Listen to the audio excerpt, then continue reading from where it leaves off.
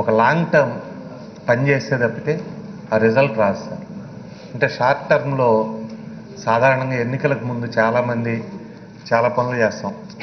ఎన్నికల్లో గెలవటం కోసం పసుపు కుంకుమ ఇవ్వచ్చు, లేకపోతే ఇందాక సోదరుడు చెప్పినట్టు ఏదో పండగ పూట పప్పు బెల్లం ఇచ్చి ఆశ పెట్టచ్చు.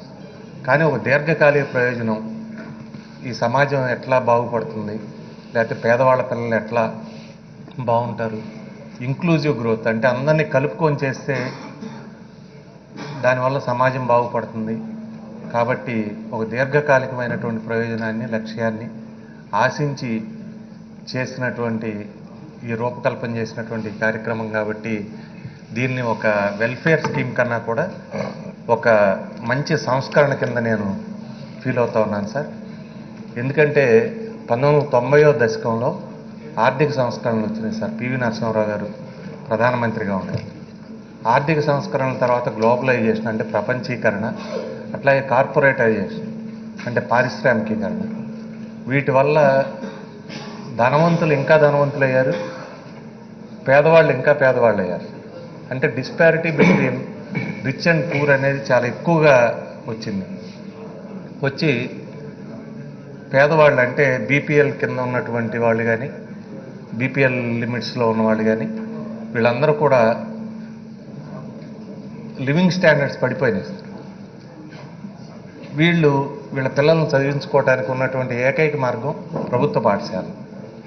ఈ ప్రభుత్వ పాఠశాలల మీద గవర్నమెంట్లు ఏవి కూడా సరిగ్గా పట్టించుకోకపోవడంతో జూన్లో పాఠశాల మొదలైతే తర్వాత ఎప్పుడో బుక్స్ ఇవ్వటం, తర్వాత బూట్లు ఇవ్వటం, లేకపోతే అంటే ఆ వస్తువులు సరిగ్గా లేకపోవటం, వీటి వల్ల ఏమాత్రం వెసులుబాటు ఉన్నవాళ్ళు కూడా ఈ కార్పొరేటైజేషన్కి, ప్రైవేట్ పాఠశాలలకి వెళ్ళిపోవడం మొదలుపెట్టారు సార్.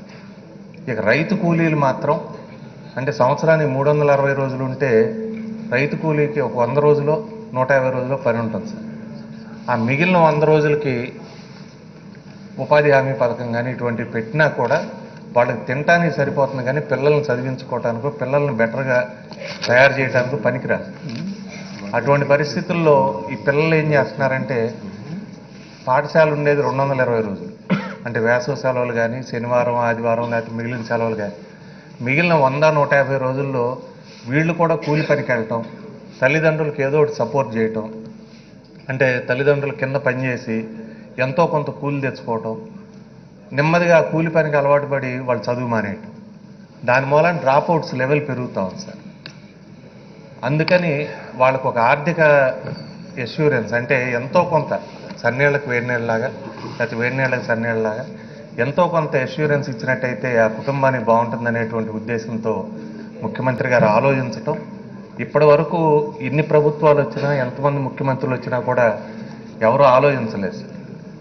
ఎంతసేపటికి మా పిల్లల్ని ఎక్కడ చదివించుకుందాం, వాడు ఎంత పప్పు అయినా కూడా స్టాన్ఫోర్డ్లో చదివించుకుందామా, ఇంకో చోట చదివించుకుందాం అనేది తప్పితే పేదవాళ్ళ పిల్లలు ఎక్కడ చదువుతారనేది ఎవరు ఆలోచించలేదు సార్. కాబట్టి ఇంత విప్లవాత్మకమైనటువంటి మార్పు తెచ్చిన ముఖ్యమంత్రి గారికి నేను ప్రత్యేక ధన్యవాదాలు తెలియజేసుకుంటూ, నిజంగానే ఇందాక సోదరులు అందరూ చెప్పారు, సంక్రాంతి పండగ ముందే అందరికీ సంక్రాంతి వచ్చినట్టు ఫీల్ అయ్యారు.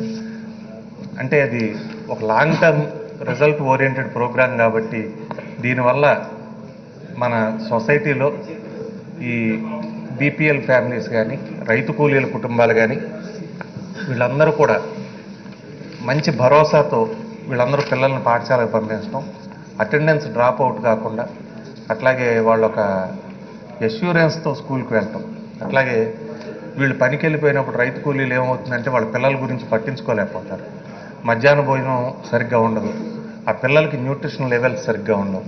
దానికి కూడా ముఖ్యమంత్రి గారు ప్రత్యేకంగా ఆయనే ఒక మెనూ డిజైన్ చేసి ఇట్లా పెట్టినట్టయితే ఈ పిల్లలందరికీ బాగుంటుంది అని చెప్పటం, దాన్ని ఇంప్లిమెంట్ చేయటం, అట్లాగే పాఠశాలలో ఉన్నటువంటి మౌలిక వస్తువులు ఒక కాంపౌండ్ వాలో లేకపోతే అదనపు తరగతి గదిలో లేకపోతే బ్లాక్ బోర్డ్స్ లేకపోతే బెంచీలో వీటన్నిటి మీద ప్రత్యేక శ్రద్ధ చూపించి నాడు నేడు అనేటువంటి కార్యక్రమం పెట్టి ఈ పాఠశాలలన్నింటినీ కూడా టెక్నికల్గా బెటర్ ఇన్ఫ్రాస్ట్రక్చర్ ప్రొవైడ్ చేయటం, వీటన్నిటికీ కూడా ముఖ్యమంత్రి గారిని మేము అభినందిస్తూ ఉన్నాం సార్. ఇటువంటి మంచి కార్యక్రమానికి మా నాయకుడు లేకపోవటం, మా తోటి శాసనసభ్యులు మరి వాళ్ళందరూ కూడా వాళ్ళ నియోజకవర్గాల్లో ఎంతోమంది తల్లులు ఈ అమ్మఒడి ద్వారా డబ్బులు తీసుకొని ఉంటారు, వాళ్ళందరూ సంతోషంగా ఉండుంటారు. మరి వీళ్ళు ఏమని సమాధానం చెబుతారో, లేకపోతే మా నియోజకవర్గాల్లో అమ్మఒడి మాకు ఇవ్వద్దని చెబుతారో నాకు తెలియదు. కానీ రాజకీయాలకు అతీతంగా అందరూ కూడా ముఖ్యమంత్రి జగన్మోహన్ రెడ్డి గారిని అభినందించవలసినటువంటి అవసరం ఉంది సార్. నేనైతే ఒక ప్రభుత్వ పాఠశాలలో చదువుకున్న వ్యక్తి కింద, ప్రభుత్వ పాఠశాలలో ఉన్న ఇబ్బందులు తెలిసిన వ్యక్తి కింద నేను మనస్ఫూర్తిగా అభినందిస్తూ ముఖ్యమంత్రి గారు భవిష్యత్తులో మరిన్ని మంచి కార్యక్రమాలు చేయాలని కూడా కోరుకుంటున్నాను. Thank you sir. Thank you for giving me this opportunity. Yarlagadda Venkatarao. ధన్యవాదాలు అధ్యక్ష. గన్నవరం నియోజకవర్గంలో ఇరిగేషన్ డిపార్ట్మెంట్కి సంబంధించి అధ్యక్ష, నా నియోజకవర్గంలో ముఖ్యంగా 3 సమస్యలు ఉన్నాయి అధ్యక్ష. బ్రహ్మలింగేశ్వరం 1256 ఎకరాలు ఉంది అధ్యక్ష. గతంలో 14-19 మధ్య రిజర్వాయర్ చేద్దాం అనుకున్న పరిస్థితి, కానీ ఆ రోజు డబ్బులు కేటాయించినా ఆ డబ్బులు డ్రా చేసుకుని అక్రమంగా మట్టి అమ్ముకున్న పరిస్థితి అధ్యక్ష. ఎనిమిది అక్రమంగా మట్టి అమ్మినా ఇప్పుడు రిజర్వాయర్ చేయడానికి తక్కువ ఖర్చు అవుతుంది అధ్యక్ష. దాన్ని రిజర్వాయర్గా మార్చి పర్యాటక క్షేత్రంగా అభివృద్ధి చేయాలని మీ ద్వారా కోరుతున్నాను అధ్యక్ష. అలాగే పోలవరం కెనాల్, ఏలూరు కెనాల్ అనుసంధానం చేసే ప్రాజెక్టు కూడా 14-19 మధ్య యనమల రామకృష్ణ గారు 15,60,00,000 కేటాయించారు అధ్యక్ష. కానీ 12th క్లాస్ చదివిన వాళ్ళు కూడా తెలిసే పరిస్థితి అధ్యక్ష. నిర్మాణం లేట్ అయితే నిర్మాణం రెట్టింపు అవుతుందనే విషయం గత ప్రభుత్వం మర్చిపోయి దాన్ని అటకెక్కించిన పరిస్థితి. ఇవాళ మళ్ళీ ఎస్టిమేషన్ చేపిస్తే 32 కోట్ల రూపాయలకి ఎస్టిమేషన్ ఇచ్చారు అధ్యక్ష. పోలవరం కెనాల్ 137.6 కిలోమీటర్ల దగ్గర నుంచి ఏలూరు కెనాల్కి అనుసంధానం చేయాల్సిందిగా మీ ద్వారా మంత్రి గారిని కోరుతున్నా అధ్యక్ష.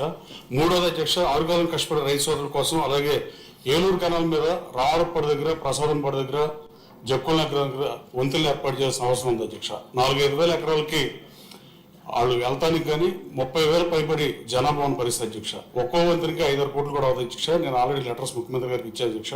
వీటిని కూడా కేటాయించవలసిందిగా కోరుతుంది అధ్యక్ష.